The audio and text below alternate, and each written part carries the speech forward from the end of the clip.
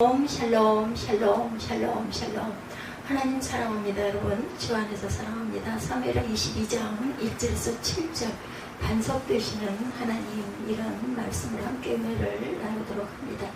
1절에서 7절이죠. 22장. 여호와께서 다윗을 모든 원수의 손과 사울의 손에서 구원하신 그날에 다윗이 이 노래의 말씀으로 하나님 야훼께 아뢰되, 노래의 말씀, 이르되 야훼는 나의 반석이시오 나의 예수이시오 나를 위하여 나를 건지시는 자시오 내가 피할 나의 반석이 하나님이시오 나의 방패이시오 나의 구원의 뿌리시오 나의 높은 망대이시오 그에게 피할 나의 피난처 되시오 나의 구원자시라 나를 폭력에서 구원하셨도다. 내가 찬송받으실 야훼께 아뢰리니 내 원수들에게서 구원을 받으리로다. 사망의 물결이 나를 애우고 불의의 창수가 나를 두렵게 하였으며 수월의 줄이 나를 두르고 사망의 올무가 내게 이르렀도다. 내가 환난 중에서 야훼께 아뢰며 나의 하나님께 아뢰었더니 그가 그의 성전에서 내 소리를 들으시며 나의 부르짖음이 그의 귀에 들렸도다. 7절까지의 내용이에요. 그렇죠? 예. 하나님의 은혜로 구원받은 자, 예, 저와 여러분들, 예, 어떤 면으로는 특권이기도 하고 또한 항상 하나님을 증거해야 한 의무가 또한 우리에게는 있습니다. 하나님만이 홀로 찬양과 영광을 받으시기에 합당하신 분이시죠. 그러므로 하나님의 구원의 은혜를 체험한 우리는 온 마음과 온 몸으로 하나님을 찬양하고 경배해야 되겠죠. 찬양받으실 하나님입니다. 다윗의 일생은 대적들로 인하여 생사를 넘나드는 파란만장한 생애였었죠. 그렇지만 하나님께서 다윗을 위해서 구원의 반석이 되어주셨어요. 그래서 22장 2, 3절에 다윗은 자신을 모든 원수의 손에서 건지신 하나님의 은혜를 찬양한다. 야훼는 나의 반석이시오 나의 예수시오 나를 위하여 나를 건지시는 자시오 내가 피할 나의 반석이 하나님이시오 나의 방패시오 나의 구원의 뿌리시오 나의 높은 망대시오 그에게 피할 나의 피난처시오 나의 구원자시다. 나를 폭력에서 구원하셨도다. 이렇게 고백합니다. 다윗은 이스라엘의 원수인 블레셋, 아람, 모함, 암몬, 아말렉, 에돔, 그리고 사울왕과 압살롬과 세바의 반란에서 구원하신 하나님을 찬양하며 사울의 손에서 구원하신 하나님을 찬양합니다. 여호와께서 다윗을 모든 원수의 손과 사울의 손에서 구원하신 그날에 다윗이 이 노래를 말씀으로 야훼께 아뢰되, 사무엘하 22장 1절 2절에 그렇죠. 야훼는 나의 반석이요 나의 요새시오 나를 위하여 나를 건지시는 자시오. 블레셋과의 전쟁에서 큰 공을 세워 민족의 영웅이 되죠. 다윗이. 그렇지만 그로 인해 사울왕이 시기심에 사로잡혀서 다윗을 죽이려고 했고, 다윗은 그 긴 시간 동안 산으로 광야로 은신처를 찾아서 도망을 다닐 수밖에 없었어요. 어느 곳에도 자기 자신을 완전히 숨길 만한 곳은 없었겠죠. 하나님만이 다윗에게 구원의 반석이 되어주셨어요. 시편 18편 1절 2절에 보면 나의 힘이신 야훼여 내가 주를 사랑하나이다. 야훼는 나의 반석이시오 나의 요새시오 나를 건지시는 이시오 나의 하나님이시오 내가 그 안에 피할 나의 바위시오 나의 방패시오 나의 구원의 뿌리시오 나의 산성이시로다. 이렇게 말씀하십니다. 우리 하나님밖에 어느 누구도 구원의 반석은 없어요. 반석은 요동치 않는 믿음의 대상을 의미합니다. 이 세상 모든 사람이 변하죠. 사람들은 어려움을 당할 때 그 어려움을 피하려고 절대로 손해보지 않으려고 남에게 책임을 전가하기에 급급하죠. 그래서 인류의 조상 아담이 죄지고 난 후 하와를 탓하고 하와는 뱀을 탓하는 것으로부터 시작이 됐어요. 때문에 우리는 사람을 믿고 의지하면 안 되죠. 그러나 반석이신 하나님은 변하지 않으신다는 것. 하나님만이 살아계셔서 요동치 않고 구원의 반석이 되어주셔요. 하나님은 다윗의 모든 것이 되어주셨습니다. 하나님은 견고한 요새같이 적에게서 다윗을 보호해 주셨고, 다윗이 적의 공격에서 쉴 수 있는 피난처가 되어주시죠. 그래서 그는 적에게 쫓기면서도 안식할 수가 있었습니다. 완전하신 하나님만이 우리를 적의 화살에서 방패가 되어주시죠. 우리가 아주 공고하고 어려운 환난과 또한 어떤 문제가 생겼을 때도 어때요? 우리 하나님께 기도하면 하나님이 우리 마음에 평강으로 응답을 해주셔요. 그래서 밤에도 염려가 있어도 단잠을 잘 수가 있죠. 또 내일은 하나님께서 내일의 희망의 해를 뜨게 해주실 거야. 이런 여러분들 마음에 든든한 그런 마음이 드시지 않으세요? 하나님이 보고 계시고 알고 계시고 또한 방패가 되어 주시니까 이런 문제도 잘 지나갈 거야, 이런 소원 아버지께 아뢰고 또한 하나님을 다시 또 보듬고 믿음으로 인해서 우리가 단잠도 밤에 잘 수가 있다. 또 잠을 자고 나면은 어때요? 잠깐만 자도 정신이 바짝 나지 않습니까? 아주 그 마음이 아주 기뻐집니다. 하나님은 어떤 보안장도보다 우리를 안전하게 늘 지켜주시는 분이라는 것.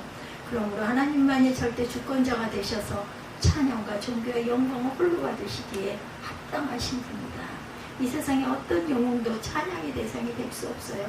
하나님께서 모든 일을 이루셨기 때문이죠. 비록 사람들에게 쫓기는 삶을 살았으나 하나님께 인정받는 다윗은 궁극적으로 하나님의 은혜 가운데 승리를 거두게 됩니다. 그래서 다윗은 하나님께 모든 찬양과 감사를 올려드리죠. 사무엘하 22장 50절에 이러므로 야훼여 내가 모든 민족 중에 주께 감사하며 주의 이름을 찬양하리다, 이렇게 말씀합니다. 하나님께서 우리를 창조하신 목적은 오직 하나님께 모든 영광을 돌리고 하나님을 높이고 하나님을 찬양하는 거예요. 그러므로 우리는 죄로 인해 영원히 멸망당할 운명에 처해 있던 우리를 위해서 십자가에서 피 흘리심으로 죄와 사망에서 구속하신 하나님을 늘 감사하고 기뻐하고 찬양해야 합니다. 그의 자녀로 삼아주시고 질병과 가난과 저주를 청산해 주시고 지금도 살아계셔서 견디기 힘든 환난의 순간에도 우리 구원이 되시는 하나님만을 찬양합니다. 시편 18편 46절에 야훼는 살아계시니 나의 반석을 찬송하며 내 구원의 하나님을 높일지로다, 이렇게 증거하고 있어요. 그 찬양 사역자이신 이연수 씨는 고난 중에도 감사를 잃지 않고 하나님께 찬양함으로 아무것도 두려워하지 않는 주님의 자녀로 거듭날 수 있었다, 이렇게 간증합니다. 어느 날 그녀는 유방암 진단을 받게 되었는데 이미 임파선까지 전이가 되었었대요. 그러나 그녀는 고난을 통해 받은 은혜를 어머니께 전했고 수술 8번의 항암 치료와 33번의 방사선 치료 중에도 하나님을 늘 찬양했다고 합니다. 왜냐하면 자신의 죄가 아무것도 두려워하지 말라 해서 이렇게 고백합니다. 대부분의 사람이 암 진단을 받으면 세상을 다 산 것처럼 좌절하지요. 그렇지만 생명은 하나님께 속한 것입니다. 만약 저를 데려가시려고 했다면 작은 암덩어리라도 발견하지 못한 채로 내버려 두셨을 것 같아요. 그런데 만져지는 암, 발견할 수 있는 암을 주셨습니다. 그것을 알기에 슬퍼하지 않았습니다. 가족을 위해서라도 힘든 내색을 하지 않았습니다. 그러나 그때가 육신적으로 가장 고통스러운 순간이었습니다.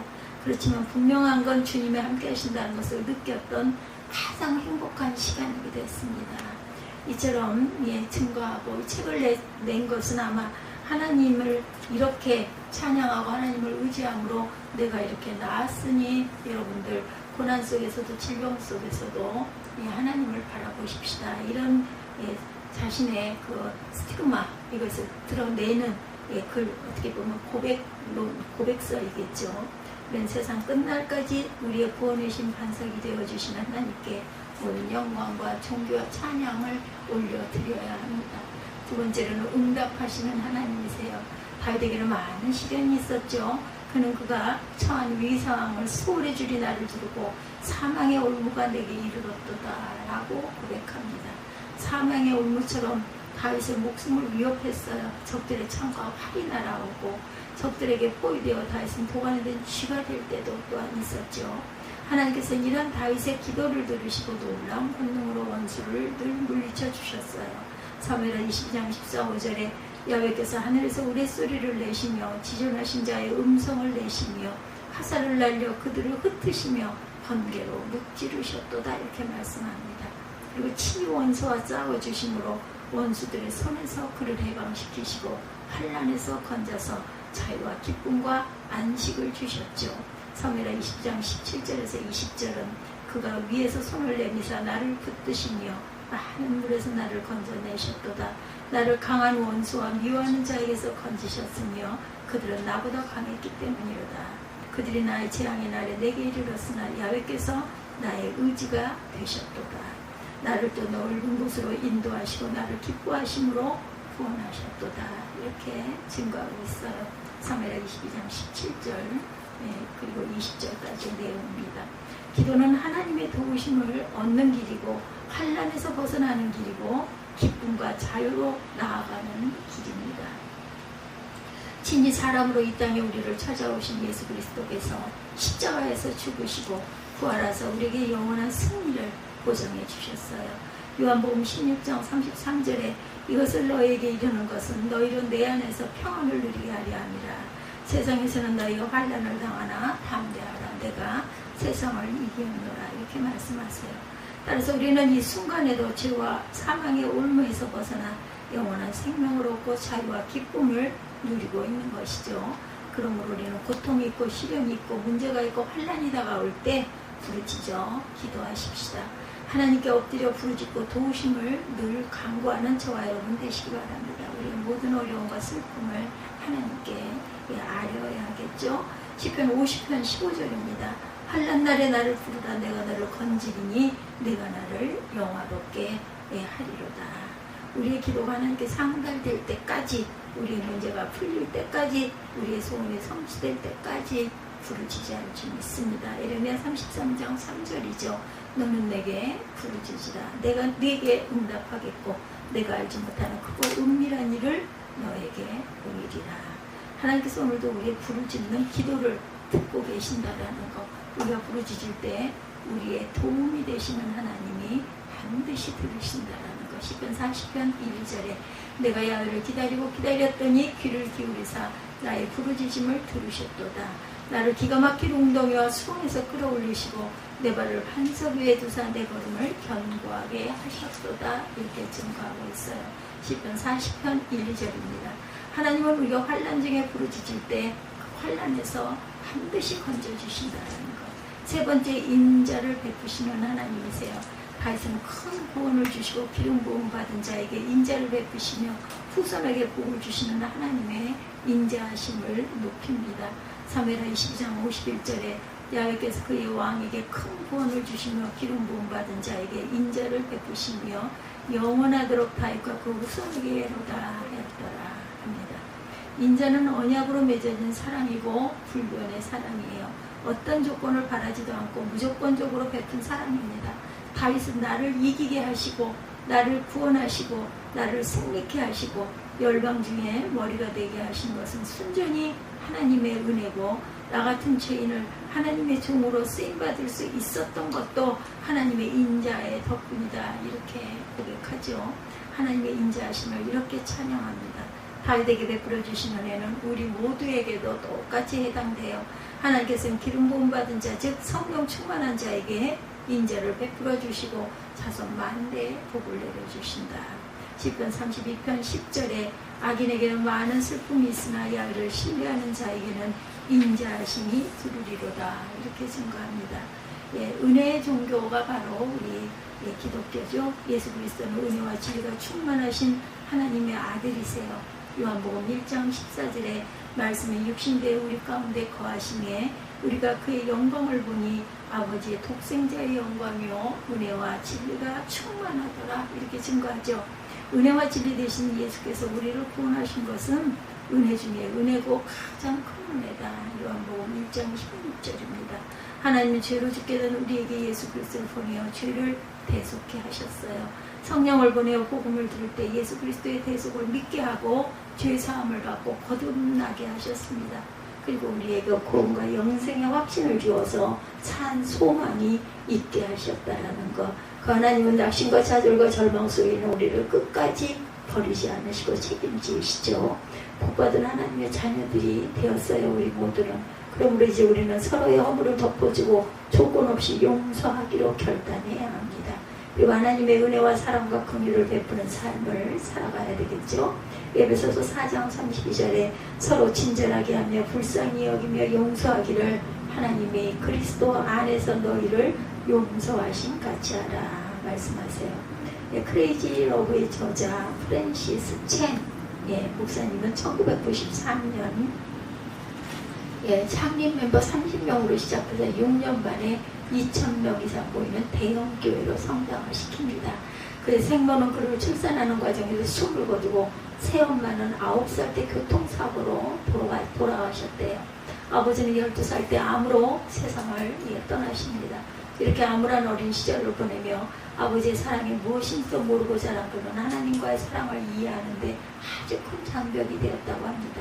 그러다가 자신이 한 아이의 아버지가 되면서 하나님과의 관계가 급속도로 호전이 되었대요. 첫 딸이 태어나고 나서야 자신이 하나님을 얼마나 오해하고 있는지를 알게 되었답니다. 딸에게 세상 모든 것을 주고 싶은 심정이었대요. 딸을 향한 지독한 사랑이 하나님의 사랑에 눈을 뜨게 해주셨답니다. 자신의 존재는 세상에 묻은 죄 많은 아버지에 불과하지만 온전한 사랑을 베푸시는 하나님은 완벽한 아버지라는 것을 깨닫게 됐대요. 그러므로 우리는 언제나 하나님의 인자하심에 거하며 하나님께 받은 사랑과 은혜를 늘 베풀며 살아가야 할 줄 믿습니다. 이렇게 하나님께 늘 영광 돌리고 사랑과 은혜와 자비가 무한하신 하나님 아버지만 바라보는 저와 여러분, 어떤 문제가 있든지 아버지께 고할 줄 알고 또한 나 자신을 돌아볼 줄 아는 저와 여러분이 되어서 하나님이 주시는 은혜 속에 보호받고 오늘도 주 안에서 승리하시기를 주님의 이름으로 축복합니다.